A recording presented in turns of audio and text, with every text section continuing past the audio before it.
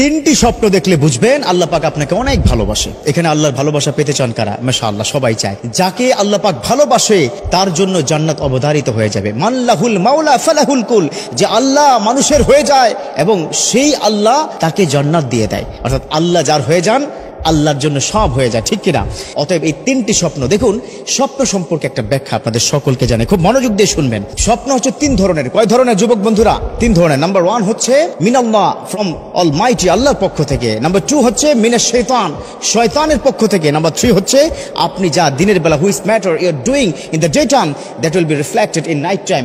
দিনের বেলা আপনি যা কিছু করছেন তার একটা রিফ্লেকশন রাত্রিবেলাকে দেখা হয়।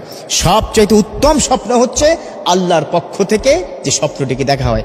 আমার বিশ্বনবী হাদিসের বর্ণনায় তিনি কি বলে দিয়েছেন? স্বপ্ন হচ্ছে নবুয়তের 46 ভাগের 1 ভাগ। সুবহানাল্লাহ।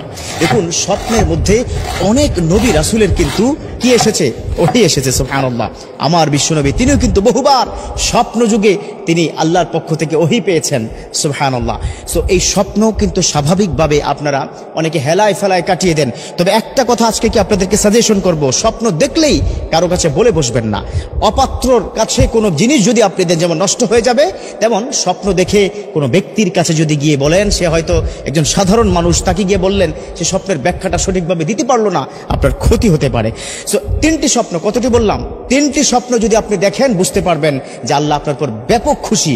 আর আল্লাহ যদি খুশি হয়ে যায় তার জন্য তো জান্নাত অপেক্ষা করছে। সুবহানাল্লাহ। 1 নম্বর, যদি আপনি দেখেন যে আপনি স্বপ্নের মধ্যে কোরআন তেলাওয়াত করছেন।